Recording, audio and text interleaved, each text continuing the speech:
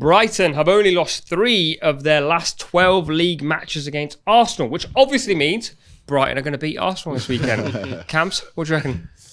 I'm not going to go with that, actually. I'm going to go with an Arsenal win, but I'm going to go for a 2-1. I think Brighton and Arsenal have actually been quite a funny fixture in the last couple years, especially there's been moments. I remember there was that moment of Basuma laughing when they when they beat them. I remember the De Zerbi last season, he slid on his knees at the Emirates. There's been just a few things in that fixture that's been quite surprising. And obviously, remember the Mope situation, which led to Argentina winning the World Cup and the ripple effect and all this type of stuff that's going on. But I do think that Arsenal will win this one. But I think Brighton, they've been up and down this season. You don't really know what you're going to get from Brighton, especially after the Europa League games and stuff. You just don't know what team you're going to get. There's so much rotation. I believe De Zerbi's made 67 changes in the Premier League, which is unbelievable. Do you know what I mean? It's by far the most in the Premier League. So I just don't know what Brighton we're going to get. So I'm going to go for Arsenal win. I'm going to go for an Arsenal win as well. A slender Arsenal win though. I'm going 2-1 Arsenal. I think it's going to be a good game.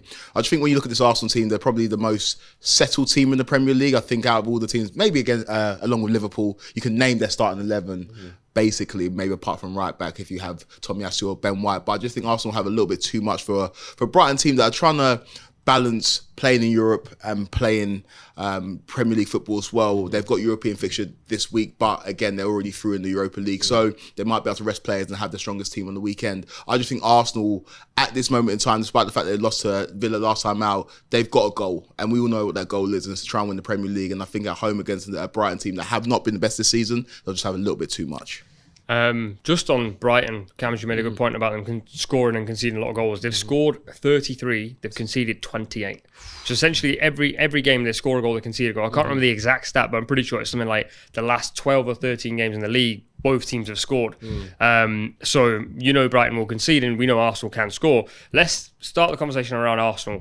The starting 11, there's only a couple of areas that they normally tinker. That left side, Trossard, Martinelli, and Zinchenko at left back, who is hot and cold. People love him. Sometimes people really dislike him. What have you made of that Arsenal side, the balance going up against this Brighton side that's so flexible and fluid? I think the beauty in Arsenal this season is the solidity. I think, yes, they're going to score goals because they're just a good team.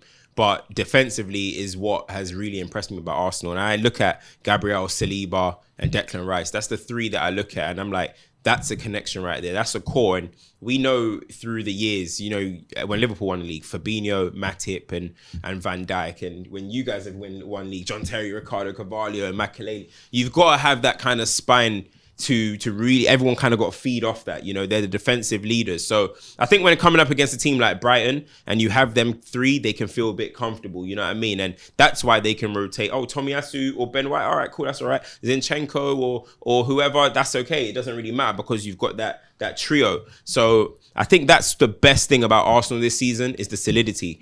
But I do think going forward, the issue with Arsenal going forward is still not perfect at the moment. Gabriel Jesus and Martinelli have combined for 4 goals this season. Saka has 5. So both of them combined are less than Bukayo Saka. So that's not good enough at the moment. You know what I mean? And the issue as well has been trying to find the role for Kai Havertz. But he's getting into it now. You know, Odegaard, he has to step it up as well. There's just a few individuals in the Arsenal team that are not really firing yet, but they're solid. And if you're solid, you always have a chance to win a game. I want to follow off the back of, you mentioned Martin Odegaard, and I remember Gary Neville said a few years back that he's got an unhealthy obsession with Eden Hazard in terms of, is he playing well? Is he one of the best players in the world? What can he do better? I've got an unhealthy obsession with Martin Odegaard. There's something about him. I think he's just one of these players that when he's on top form, he's incredible. And Arsenal this season, to combat the fact that teams now know that they're going with the inverted fullbacks, they've moved Odegaard into a deep line playmaker position where he's getting the ball off the centre-backs. And that's given other teams a different problem because now you've got Declan Rice as a shuttling runner up and down. And that adds to solidity because you've got a man who wants the ball from the centre-backs. I'm not saying Declan Rice doesn't, but Odegaard's way better at doing it. And they've just got more options going the other way. And I think he's the key to this game because if he can pick up positions and pockets that Brighton players don't want to go into, then it's going to be a long, long day for Brighton because on his day he's one of the best centre midfielders in the world. I much prefer Odegaard though in that 10 kind of area. He likes to occupy that right half space, and I think Thomas Partey being away has made him have to come and collect the ball deeper. I think Arteta's plan this season was to get Timber in there, so Timber and Declan Rice can make that kind of pivot, and then you just got Odegaard and Havertz crashing the box and doing whatever they want to do. Had to tinker it a little bit, and I think that is why we're not seeing the best of Odegaard. I don't want to see Odegaard picking the ball up from Gabriel and Saliba. I want to see Odegaard picking it up behind the defensive midfielder and causing problems, and that's what I think his big issue is this season. The good thing for Arsenal here will be, we've just spoken about all the things that are potentially wrong with them. They're still second in the league. They're picking up points. Yes. In what we would say, like, I always think back to Manchester United's olden teams under Sir Alex Ferguson. They would play terrible, but they'd always find a solution. The equaliser, well, the goal that probably should have been an equaliser against Villa, the one that hit 5 hands on the way in, I was sat there going, this is so Sir Alex Ferguson Manchester United. I low-key celebrated when it wasn't given.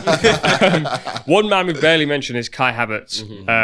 I only want to speak to you about this, Kweku. The Kai Havertz remontada. Let's have a conversation. 3 goals last 5 matches. Aerial duels. He's winning them all. He's on one. He is on one. I don't want to admit that Kai Havertz is playing well, but he's playing well. And he's just a player that, he's got all the technical ability in the world, but with Kai Havertz, it's about whether he can put it together and whether mentally he's checked in every single game. This season he's doing it, or this part of the season he's doing it. And it's now whether he can maintain it, because Arsenal need him to score goals. Like you mentioned, Gabriel Jesus ain't scoring goals. Like, he's not, he's having an identity crisis. He doesn't know if he's a winger, if he's a striker. He has different things every single week. Kai Havertz is a player that, if he's on form and in a team that believes in him and he believes in himself, he can score a lot of goals. I agree. I mean, I liked Kai Havertz at Chelsea and at Leverkusen. Towards the end, I started saying, Havertz, I can't defend you anymore. Like, what's going on? And then the Arsenal move happened, and I was like, them stocks that I've got in Havertz, maybe they might rise again. You know what I mean? Can't come back. And then he started poorly, and I was like, nah, listen, I'm fully off the bandwagon. And now he's getting form again. But this is why I think, like, when you see the Aston Villa game, and then you saw the late winner that he scored as well, Havertz just gives them a different option that, you know, sometimes Saka can just get the ball, Odo can get the ball, who's in the box? Oh, I have it set at back post, and he's a problem there. You know what I mean? So sometimes I do want to see him in the box a little bit more, maybe in that 9 role that Jesus is occupying, but what does that do for the team? But the thing about it is good management there, because Arteta stuck with him, defended him, and, you know, you saw when he got a goal, he drags into the fans that this is the guy. He just wants to give him the confidence. He has a plan for him, and maybe he saw something that no one else did. Let's touch on Brighton. You mentioned Kai Havertz and back post headers. Brighton's fullbacks have been an issue for them the whole season. Currently, it's looking like it's going to be Milner at left back and Pascal Gross at right back. Pascal Gross, by the way, is so underrated. He's so good. He's a baller. Mate, I was at the Brighton Burnley game last week, and I just want to watch Pascal Gross. I just want to watch him and lock in on him. Amazing. An amazing footballer, can just do so much things, and in that game registered 6 key passes and 115 touches from fullback. And obviously he was playing inverted, and he had kind of a free roam in the team. But I was hearing Brighton fans around me, and we hear about Evan Ferguson and we hear about Matoma. They all talk about Pascal Gross. He's their most important player. And the fact that he's going to have to play at fullback maybe takes something away from Brighton that they didn't have, because you know it better than anyone. Pascal Gross can crash it on any top team in the Premier League, and he's got such a good record against top 4 teams, top 6 teams. But the fact that he's going to have to play fullback this weekend could be a problem for them. The thing is, though, he's so good technically and such a good footballer. I think he played at right wing back at times last season. Then they had him as like a box crashing right wing back at times. This is a twofold sort of question. Arsenal have Martinelli or Trossard on that left side against Pascal Gross. Opposite side will be Saka against Milner. I think Milner will actually do a job on Saka, to be honest. It's just like Milner just does that against big wingers. Like if you tell a fullback, and I always say this, I think the same for Dalot against Salah, by the way. You tell a fullback who's right-footed to play left back, it always suits them coming inside against a left-footed player. And if you tell them you don't have to cross the halfway line, just stick with my man, they will get the job done. Martinelli or Trossard against Pascal Gross? Look, again, Martinelli this season is not the same Martinelli as last season. I think last season he was making them inverted runs so much more. I think when I look at Martinelli, he gets you stats. Last season he scored 15 goals because he runs in behind, and when he's one-on-one, he's pretty clinical. But this season, he's been a lot more touchline. He's getting the ball and running down the line, winning corners and trying to get past his defender. But you just double up on him. That's what's been happening lately. And I think, and you know, I speak to Arsenal fans, and they're actually really disappointed with the usage of Martinelli this season. Not so much him, the way Arteta is using him. But again, Arteta is a mad guy. He has his visions. He knows what he wants. So, you know, it's funny because Pascal Gross can easily cause Martinelli as much trouble as Martinelli can cause him. So I wouldn't see it as necessarily a 1v1 battle. Any smart team or sensible team would say the centre mid is going to come and defend with me, or maybe the centre back is going to come a little bit wider as well. But don't be surprised to see Pascal Gross popping up on the left, popping up in centre midfield, popping up in the 10. He's not just there to be a traditional right back. So that's a good little matchup, to be honest. Two Germans getting a lot of hype, Kai Havertz and Pascal Gross. I'm surprised. Let us know what you think will happen in this one.